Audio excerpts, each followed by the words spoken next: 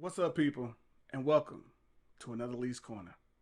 I know what you're thinking. I've been gone for a while, and I have. Sorry about that. Had some family business I had to attend to, but I am back, and I have a lot of shit to talk to y'all about. A lot of stuff has been going on in the world. It's the world don't stop spinning for anything. That's one thing we do find out. Uh, the world don't stop no matter what's going on around you. So that being said, I'm gonna jump back into Lee's Corner to give you the same thing that I've been giving you guys. Basically, current events and how they affect black people and what's going on today. Nothing much has changed. They still killing black folks. That's right. Police still killing black folks. Still doing it. Point blank range. Killing killing women who are pregnant with children. Yeah, it don't stop. You got a kid that was a young black child, 14 years old, that was basically tricked into coming to a lake in Massachusetts and was almost drowned by two racist white kids. Uh, yeah, it's a lot of stuff going on in the world, and it's sad that none of it's changing. It's the same shit over and over again, and we're gonna talk about that and more on Lee's Corner when we return.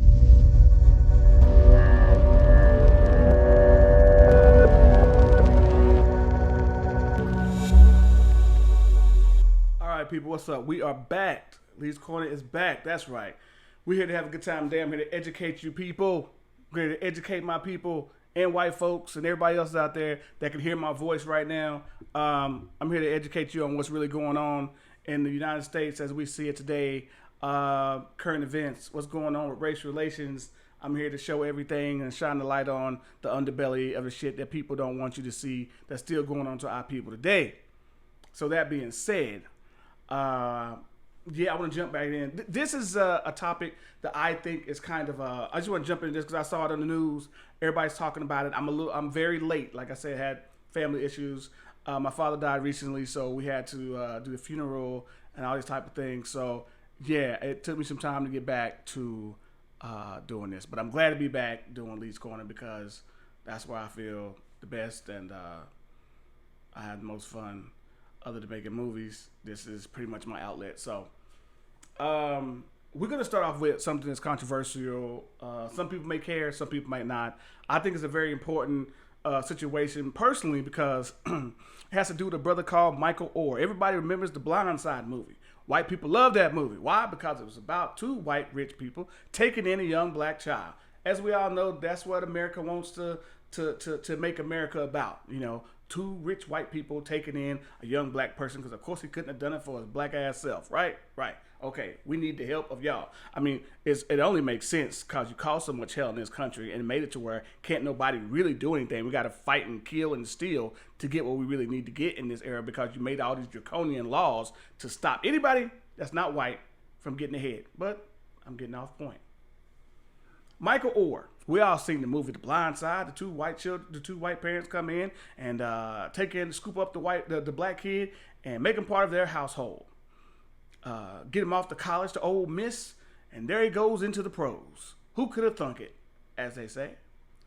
The problem comes with Michael Oher, who a lot of people he's coming under fire because he's filed petitions and all this other type of stuff because he started to actually he wanted to look at his adoption papers. See, he was 17, I believe 17 or 16 years old, and they kept thinking, well, according to the movie, why adopt him? He's so close to 18, but he wanted to be adopted. But they never did go through with the idea of why not adopt him. They never thought. So we assumed that Michael was adopted. That's not what happened.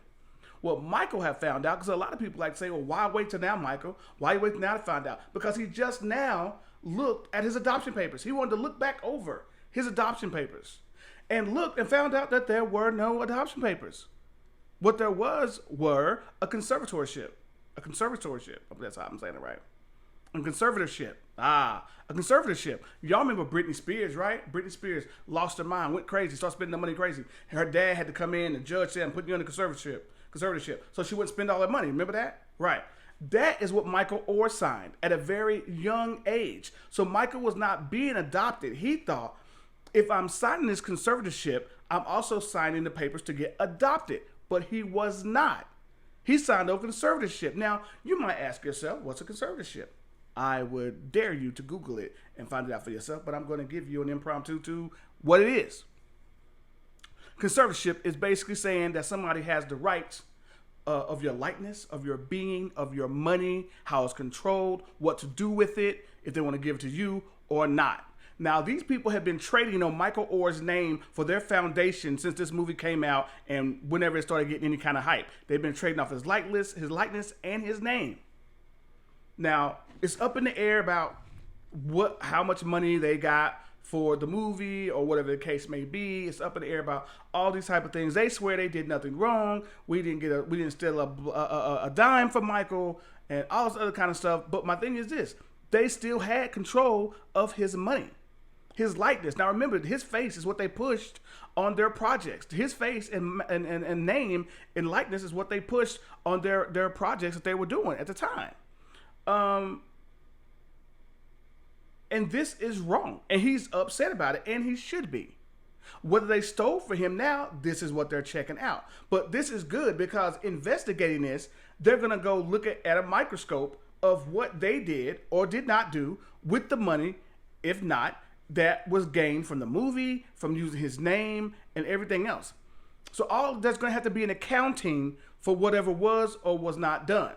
So that's the good thing that's coming out of this decision. I know a lot of people said that, why wait till now? Why did he wait till now? What's taking him so long? Well, according to him, he just now started to look over his adoption papers, and he wanted to look at it. I know, memories, whatever. I don't know, but he wanted to take a look at it, right? So I mean, that's his right to do so. So he did that, and the next thing you know, he found out, well, I'm not adopted.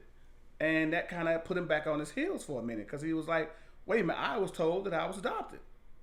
So, of course, he would be a little dejected when you found this out and then found out, well, what I signed was a conservatorship. And that has to do with money and my likeness and doing this and this and this and that and the other. So, much like Michael, I would be a little upset too, to be honest. I would be a little uptight, as he has a right to be. Some people's like, oh, you should be happy somebody just got you out of the gutter. You ought to be happy. Now, why black people always got to be happy somebody just got them out of the gutter? Why we got to be happy? It's just like in America, we should be happy, like Chris Rock said, in America, black people should be thankful, but, not too thankful. It's like having a rich uncle that molested you. Right, and you're supposed to be happy about that. He was nice to me, gave me a house, but he molested me. He still fucked me. Yeah, I'm supposed to be happy about that? I had a friend that said the same thing. And he's Mexican, and I thought he was going to immediately get it. And he's like, I think he's just trying to get something out of this. I don't know why he would care now. I mean, he should have been glad that somebody just got him. And I'm like, wow. See, but that's the thought process of even some Mexican immigrants or people like that you should be glad somebody got, no matter how they tried to fuck you, no matter that they might have, maybe, we don't know, but not to imagine, not that we can over imagine the idea that white people, imagine this, guys, that white people would take black people off the streets, give them a place to stay, help them foster their talent to get them to a place where they're making money. Wow. Has that not been done in America by a number of white people and religious folks? I'm not saying no names, but I think y'all know who we're talking about here. So it's not too far-fetched to believe that this could have been for their own benefit. It's not a far-fetched statement. For white people it is, because white people want to believe in the best of them. Not gonna go back to their old school mindsets of how we got all this, how we used all this black talent from football to sports to music to television, how all these so-called white agents used black talent and they wound up penniless and died with nothing, not even a tombstone or a headstone. But we're supposed to just take it on faith that this white couple was doing good by this black kid, and he should be just great. Somebody was out there to help his young black ass. Well, anybody that thinks that can kiss my young black ass. How about that? Because you're full of shit and you don't know your history. That's what I think about that. So I'm going to give this the attention it deserves. That's what I just did. Now we're moving on. The next thing we're going to go to real quick, before I jump into the real issues. Oprah Winfrey and The Rock catching a lot of flack because they've opened up. They both donated $10 million to Hawaii, no problem. But then they're asking all of us regular people, to donate money to Hawaii.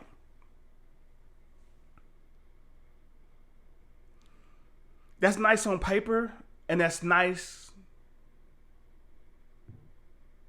It's nice. It's a nice sentiment. But I agree with what I've been seeing on Instagram and Facebook. What you need to go do is go ask your rich ass friends. We're in a fucking recession right now.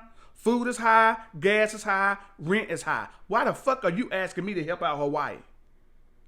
You got tons of rich friends. Why don't y'all do what y'all do? Set up a seminar, set up a concert, and take the money from that concert and give it directly to the people in Hawaii. Why don't you ask your rich friends to dig down in their pockets and give $1 million apiece? You can solve everything with that, right? Why the hell are you asking us? You asking everyday regular people who do not have this money to give money. I think that's fucked up and insensitive. I really do. I understand the sentiment. It's sweet. It's nice, but we broke. We can't fund that shit. Fuck that. Most people just trying to keep their own homes. They trying to pay their own rent. And now you trying to get people to dig into their pocket and help out Hawaii for real? Hey, Hawaii, y'all ain't never done nothing to me. I love you people. But if y'all know what we going through, you part of the 50 states, you know what's going on. We fucking broke too. Tell them to get their rich ass friends to get out there and sing and dance and do what the fuck they do and get some money. They had that money in no time. Tell them to have a casino night and donate the fucking proceeds to Hawaii. There's so many things they can do instead of coming out here. Could y'all please help us? It goes straight to the Hawaiian people. We give this, we give that, and they have a fund that goes directly to them, kind of like Cash App. There is no waiting. There is no politics. It goes straight to the people that need it right now. All right, exactly. Get a telethon. Get some other shit that y'all do. Have a dance off or whatever the fuck y'all do in Hawaii. Get all the big money people up there and put the bags together and give it to the people. Shit, like Nino Brown did. Give them turkeys. Hand out. Give them their cash right then. But what you don't need to do is come to the people and ask for fucking handouts. Because the people need handouts too. And I don't see y'all trying to help the regular people. We need money for rent, food, and gas. What you gonna do for us? Where's our $10 million infusion? No? Not even $1 million infusion? No? All right then. Do what you got to do. Kick rocks. All right. Like I said, that was another controversial subject. All right. Now I want to get to something that really pissed me off. There are two of them? It's three actually kid stories in that I have that really kind of broke my heart. It was kind of fucked up. I'm going to go to the first one, and it happened in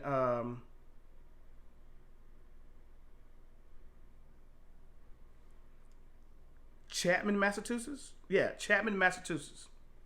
Black kid was tricked into going to Goose Lake Pond in Chapman, Massachusetts by two white kids. The boy had a life jacket on, the black kid, because I don't think he could swim. But the white kid continuously started dunking his head underwater. He said, "Stop. I can't breathe." They started mocking him. George Floyd, I can't breathe." Why would you even want to play with that? Because there's a lot of white people that still think that shit is funny. There's a lot of white people that think that was a joke. Now, if I was to say the same thing about some random white guy that white people happen to love that day that was killed by a black man, oh my gosh. Can you imagine the backlash of black folks ridiculing that white man that was fucked up by a brother? Oh my God, the parents would lose their jobs. WIC would be taken away. Their cars, house, they would be not allowed in the neighborhood no more. Oh God, they would just castrate them. But since we're talking about the black man here, it's funny. Now, I do like what Massachusetts has done thus far to the kids that started this, because it's what it was. The black kid told them to stop. They started laughing and calling him George Floyd. The black kid yelled for help. Several people or 2 or 3 witnesses came to his help and actually said, "We saw the white boys doing what they were doing. We heard the George Floyd comment." So that number two is, to me, I feel, as a hate crime. They also heard them calling him outside his name, which they said was racism, so they must have called him nigga once or twice. So that should be a hate crime on top of everything else. But the white boys even threw rocks at the brother. Threw rocks. Look, my mama told me since I was this high, don't you go nowhere with no white boys by yourself, especially around water. Now I always like, come on, mom, you know, new day. I mean, I ain't never been no fool, but I was like, come on, mom, it's a new day. People ain't like that no more. You know that. It's still true. White boys still get this shit from grandpappy and their daddy and their mom and everything else. It might be 2023, but they don't care. Racism is real, and if you let that shit slip up on you, they will kill you. And they act like you never came. Throw your bike in that lake and act like you never came. So, to all my black people out there, watch your white friends. Watch your children. Watch out where they're going. Have your phone locator on them. Y'all know how to track these fucking phones. If you don't, learn how. Go to AT&T, whatever your service provider is. Put the tracking information on your kid's phone so you always know where your kids are. If they don't come on, you should get a beep from that phone to show you where that kid is. Because shit like this still happens to this day.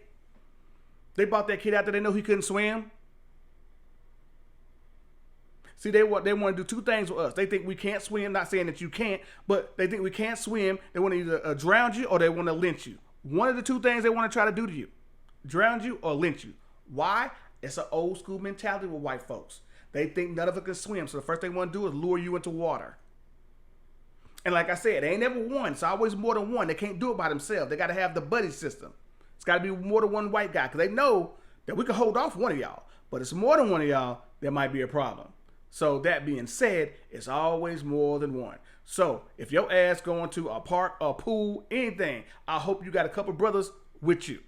And that's on your side because they can fuck with you too. But still, have a couple brothers that is on your side with you. If you're going swimming, pool, parks, whatever the fuck you at, mountains, lake streams, anything with water, trees, have you some black folks with you, please.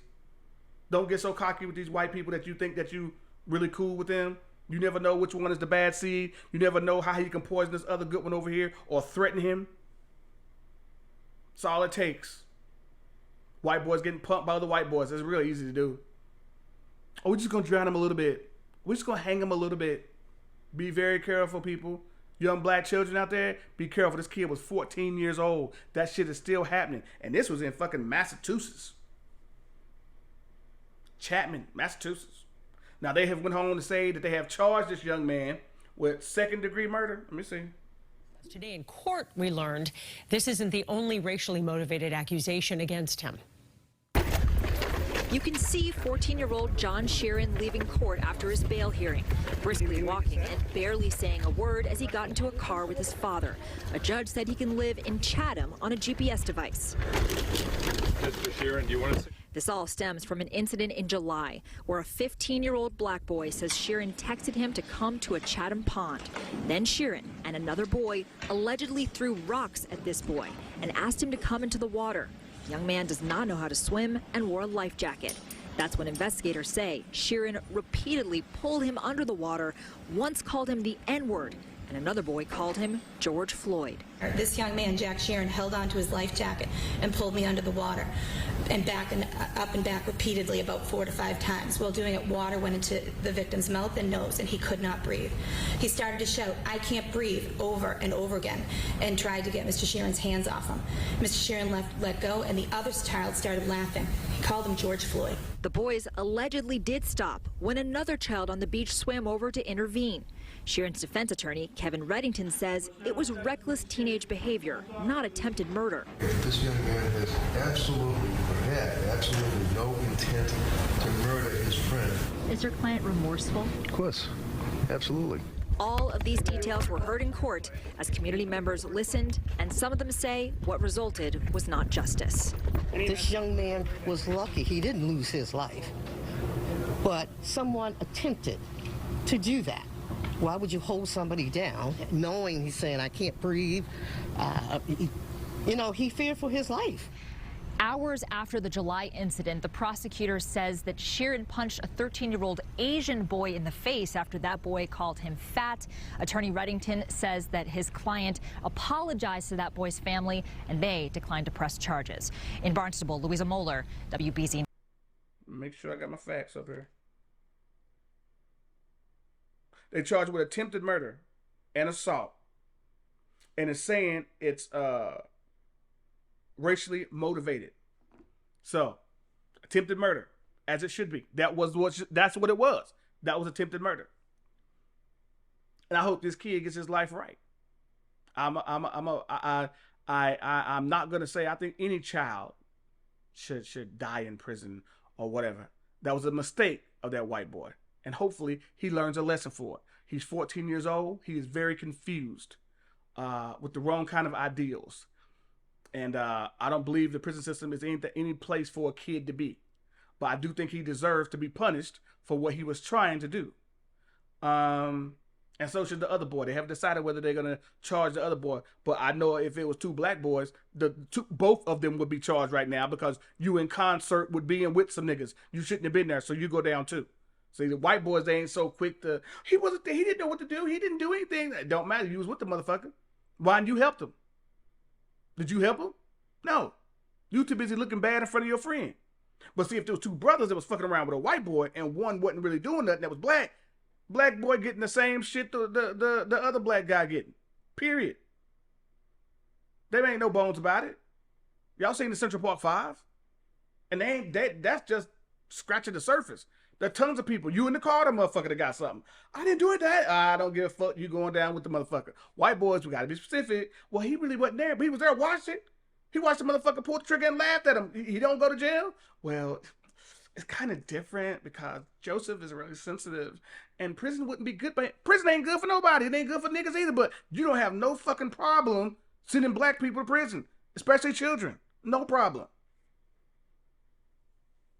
So, yes, be careful, y'all. Watch your children. Watch your children. Tell them these stories. Enlighten your children. And this is not to get them to hate their white friends or nothing of that. I'm not trying to get you to hate your white friends. My son, my daughter have white friends, but this is just to wake you up to realize that just because they have white friends don't mean their parents ain't fucked up, which in turn can fuck them up. You might not learn this shit till later on like now. His mom and them might have been fine with this white kid until now. You know, so you just got to be careful and safe out there. That's all I can say. You gotta be careful and safe because it's a lot of bad stuff going out there. It's crazy. And what if that black kid would have died? What if they'd have drowned him, took his life preserver off? What if they never would have found him and threw his bike in the lake? Excuse me. These are all things that have happened in the past. It's sad. And it could have happened just that quickly if nobody was around, nobody heard him scream. It could have been that just quickly. That could have been another just a mystery. They probably ain't dragging no lake for him. Trying to look for him or his bike. They probably won't do that. And then he's just another missing story. And these white boys will take that shit to their grave. So yes, please watch your children. Let me go. Where we go? Oh, I do remember one thing. I'm sorry to travel back. You know, a lot of people are talking about The Blind Side and all this kind of stuff because everybody loves movies where they rescue black folks. There is a movie out with my man Ludacris. Real name is Bridges. It's called The Ride. Go check it out with Ludacris. It's called The Ride. Ludacris is married to a white woman. Chris Bridges is married to a white woman. They take in a troubled white youth and turn his life around because he's a troubled youth and is angry all the time, you know, much like they think about black youth. He's angry all the time, getting in trouble, always fighting and stuff like that. They brought him a BMX bike, taught him how to ride. He got into racing competitions. Very feel-good movie. I didn't hear anybody ever talking about this movie because nobody likes that narrative of believing that a black man can come in and change the life of a young white boy. But we do, and we can, and we have, based on a true story too. So The Blind Side ain't the only one. This ain't no made up story. This is a real story called The Ride. Y'all might want to go check that out. Now, let's get to, and I hope I can get the video for this because if I do, I will post the video because it's some fucked up shit. This happened in Blendon Township, Ohio. So some trigger happy police officers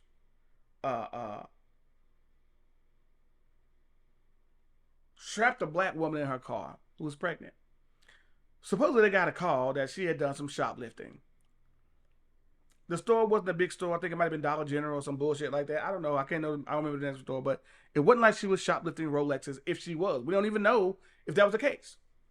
But she was in a car and she was like, I don't know what y'all talking about. I don't know what she's talking about. She did not move the car fast. I think she was backing up. She didn't move the car fast. The police officer that was in the front had his gun pointed at her windshield, point blank range. Soon as she put the car in reverse, he was like, stop, ma'am, stop, ma'am. She said, I didn't do anything. I didn't, blah, blah, blah, blah. Bow. Shot her. She was already dead. The car kept rolling on its own. Now, the cops had to make it look good. One of them was trying to cover their body camera. The other one kept shouting instructions as if they couldn't see through the car that they'd already killed the woman. Stop, please stop. You have to stop. Stop the fucking car. Stop the fucking car. Please, please stop the car. They knew they had killed her already. He was so gun thirsty, so hungry to kill somebody. A black woman who was pregnant. So you killed a baby and the child. Now supposedly he's fired. Fired? Fuck fired. I want his ass in prison. I wish I could just kill a motherfucker and they just say, okay, Lee, you can't do your pod show no more. You can't make films no more for a little while. You know, a couple months till you find another place to do it, and then you can. No more on YouTube. You can do it on Facebook, not YouTube. Now you're going to find me another job. Don't you wish it was that easy just be able to pop somebody and roll out like that? I mean, ain't that something? Just pop somebody and you get fired. That's it. No, I want your ass. I want your ass. Oh, God, I want your ass in prison. That's where I want you. I want you in prison. That's where I want you. That's where you need to be. You killed 2 people by being bloodthirsty. 2 people, a fetus and a mom, over a shoplifting, an alleged shoplifting call. I'll say it. I'll say it just like Jamie Foxx said it. You see what they did to Jesus. You see how they persecuted him. What the hell you think they're going to do to you? I don't give a fuck who comes at me with this bullshit. I agree with it 100%. It's factual. If these people came at Jesus, what make you think they won't come at you? You can take that any fucking way you want to. And I'll challenge anybody on this shit. You want to come on the show? You want to call into the show? I'll get a number so you can call in. We can talk about this shit all fucking day. This is what I do. I wake up for this shit early. But anyway, killed a woman and her baby. My aunt loves to talk about, oh, cops are great, cops are great. No, they ain't. Motherfuckers are animals. They're animals. They are animals. That's what they are. And they're going to have to prove me different before I believe that shit. I love motherfuckers talking about, well, wait till you need one. Never fucking needed one, bitch. I love that shit. Wait till you need one. Never fucking needed one. And when you do, they ain't never know where to fuck around. Half the time, the police cause a lot of trouble. They know all the drug dealers. They know all the other people. They know how to run your name through NCIC and all this other kind of stuff. They know all this shit. They can fuck with you anytime they want to. Call up a couple drug dealers. Call up a couple people. Hey, fuck these people up. I didn't like these motherfuckers over here and such and such. I'll let you go and do free reign. I won't even arrest you. Just fuck these people up. They know all the bad guys. They hang out with these motherfuckers all the time. They bust them all the time. Use them as snitches and everything else. You don't think cops actually use these people to do some dirty work for them when they want them to? Of course the fuck they do. They're going to sit up here and talk about they want respect. They don't feel respected. Motherfucker, you got to give respect to earn respect. That means you got to hold down on that trigger. You got to chill with killing innocent black people that have no weapons that ain't fucking fighting you. You ain't fighting over here no Crips or no Bloods. You're not fighting no dangerous people. You fighting people that have no guns or nothing just because you had a bad day. Breaking all kind of criminal codes and conduct. Can you imagine if I got mad that shot a cop? He pissed me off. He talked back. You think anybody's going to sit there and tell me, yeah, the cop should have fucking listened to him. He saw the guy getting mad. He just kept talking shit. But that's how much power cops have. That's how much power we give them. It's like they feel if we don't give them the power to kill at will without question, I can't be a police officer. Well, then don't. Your ass don't need to be a cop. You don't need to be a cop because you're a punk. Most cops want power. That's what it is. They want power. They failed somewhere in their life, or they're ex-Marine or ex-officer or something, and they want to come here and try to prove themselves as a regular cop, like they did in the Marines or the Army and stuff. You know, I like, what happened to the motherfucking cops? It's like, I've never had to pull my gun in all my 30 years. What happened to them cops? What happened to the cops that loves talking to people instead of trying to escalate the situation? I don't care if I call you a dirty motherfucker, dirty son of a bitch. I don't care what I call you. This is how a cop should be. I understand you, sir. I understand. I do. I understand. I'm just trying to get from point A to point B. I'm just trying to tell you what you need to do. Fuck that. I don't care. I understand, sir. You got to step back a little bit, sir, because now you're kind of being kind of threatening. I'm just trying to say, sir. That is what a police officer is supposed to do. Not this.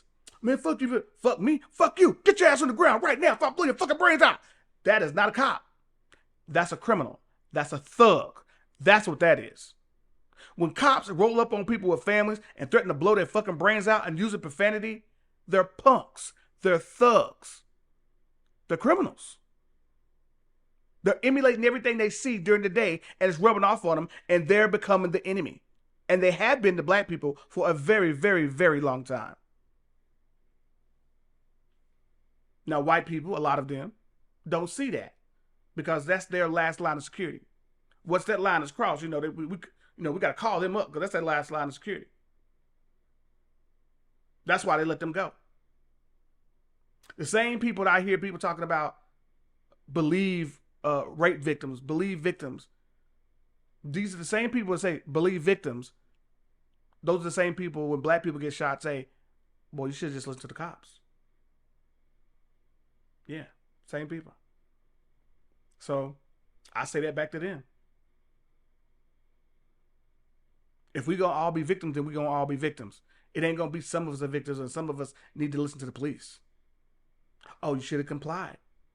Wow. Okay. Well, I can't believe you until I got evidence. How about that? All right. Now, let's go to the Florida surfer. Andrew Mills said a group of white surfers harassed him in Jupiter, Florida, because he was, surfing. And then, after they harassed him for surfing, he found his surfboard nailed on a tree about 5-6 feet high in a tree. Now, come on now. Y'all know exactly what that is when you nailing somebody's surfboard in a tree. You could have done a million things. So you could have burned it, broke it, ran over it, anything. You hung it in a tree, nailed it to a tree, high up in a tree. Come on. That's threats. That's threats. We all know this. This is threats. So they can't even hang out in Jupiter, Florida and surf without being harassed. But this is the stuff black people live with every day. So, when people come up to you and ask you black people why you mad at them, tell them. But they say, why you look so angry? Would you like me to tell you? You got some time? What did my man Mr. Baldwin say? To be an African American, to be an African in America is to always be angry. What did the Hulk say? Well, that's my secret. I'm always angry. But the thing is, I would say that black folks need to stop being angry. Because white folks are looking for that. Because that's one of our number one killers. Stress, tension. It's actually been proven through medical journals that racism is killing our and making it hard for and stressing out our generations. Racism is doing that. Racism is killing us. It's stressing us out to a point to where it's killing us. So what we need to do is, as hard as it may be, not to stay angry, to be happy despite, in spite of, not because of what's going on around us. You really want to make white people mad? You really want to make racist white people mad? You don't let them steal your joy. That's how you beat them. Don't let them steal your joy. Don't let them see you sweat. And I don't mean that as in a way of faking it or pushing it down. I'm saying, as hard as that is to do, and we all know how hard it is, don't stop your good time because they're being assholes. These fucking Karens out here trying to say you can't fish or you got to show them ID where you live. Let them bitches do what they gonna do. Let them do what they gonna do. You just keep having your fun. You keep doing your thing. You look at it in your mind as a minor inconvenience. That's how we need to start training ourselves. We need to re-educate ourselves and retrain ourselves. Just like people used to do when they were training black people back in the day to go sit at those tables and take the punishment for white folks for sitting at those Kenworth tables and getting spit on and all that stuff and throwing stuff in the face. I'm not saying we should let that happen to us today. What I'm saying is we should build the same mentality within ourselves to withstand these these white people who are trying to provoke us. And just turn on your camera. No, turn on the camera. Watch them. Yeah, she was trying to be funny right now. Let's do a talk. Yeah, this bitch ain't got no sense. And you know, that's how it should be. And I think that's what we need to start doing.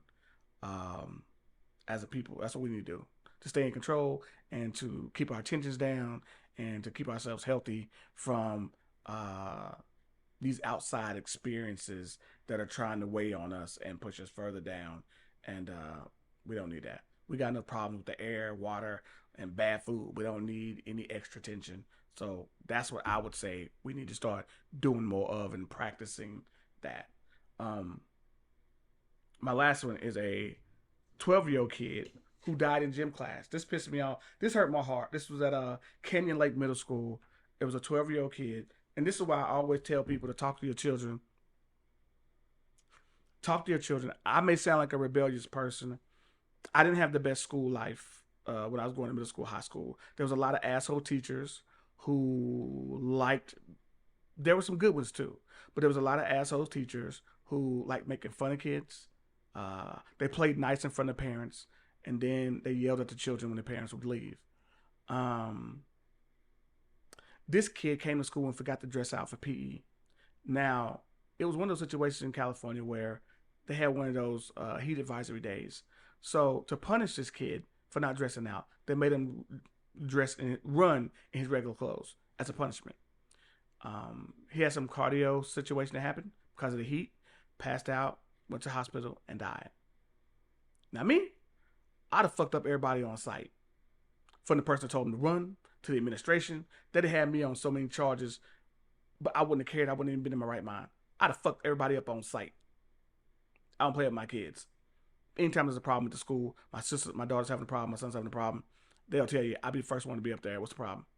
If they're the problem, we're going to deal with it. If the teacher problem, we're going to deal with it. I don't have no problem. I've talked to superintendents. I've talked to teachers. I've talked to principals. They know I don't fuck around. When it comes to mine, it's you or me. You decide. So when I heard that broke my heart when that kid died. And that's why I said before, I told my kids, if it's ever too hot out here with y'all running or something like that, stop. Don't run no more. If they got a problem with that, tell you keep running or whatever the case may be, tell them to call me right now. Tell them to call me. If they got a problem with it, call me. Say, I'm not running. I'll call my dad right now. I'm not running. It's too damn hot out here. And we'll call the principal and we'll deal with that situation. But don't ever put yourself in a situation to where they're making you do something. I got a daughter right now, 11 years old, more scared of fucking teachers than they scared of me. What the hell they gonna do to you that I won't? I think it's the fear of the unknown. We don't know what they're gonna do. I said, these teachers can't touch you. They can't put their hands on you. Okay? They can't send you nowhere. If there's a problem that you're scared about something, about them doing something to you, call me. Trust and believe there's gonna be some problems. I don't mean being disrespectful to teachers or anything like that, but some of these motherfuckers be getting out of hand. And I always tell my kids, if it feels wrong, don't feel right, don't do it. Like running outside in the heat. If it's too hot, say, nah, I ain't doing it. What do you mean you're not gonna do it? I said do it now. My dad said you can call him right now. That usually shuts the shit down pretty soon. I mean, pretty quickly. Pretty quickly. And then I'll talk to them like, it was too fucking hot. He ain't doing it. Next problem. And he ain't gonna get a bad grade for it. Or I'll go talk to your boss. And then we can get the lawyers involved if you want to. You know, because California don't like lawyers. Oh my God, they don't like lawyers. Yeah, we can get the lawyers involved. Whatever you want to do, man. I'm pretty sure they won't like that shit, but we can get the lawyers involved. But yeah, that really broke my heart about that kid. So y'all advocate for your own children, please. Don't let nobody else have to do it. Instill this into your kids. If it don't feel right, don't just tell them to go to school and listen to your teachers blindly. Listening to people blindly can get you killed. Listening to anybody blindly can get you killed. advocate for your children, please? All right. That's my time, people. This has been a brilliant comeback. I love this show. This was a great, I loved everything we pulled together. I know I didn't get to talk about the Mississippi joint when everybody was fighting, but I am going to get to that later, and I got some footage for that shit, and it's going to be the bomb. I'm going to show that on the next Lee's Corner, but I just wanted to get this out today. That's what I have for today. So thank y'all for joining me. Thank y'all for everybody checking on me. Thank you for asking me when the show is going to start back up. I really appreciate it. And don't forget to check us out because we will be back. And just remember to watch Lee's Corner, where we talk about the things you want to talk about. Catch you next time.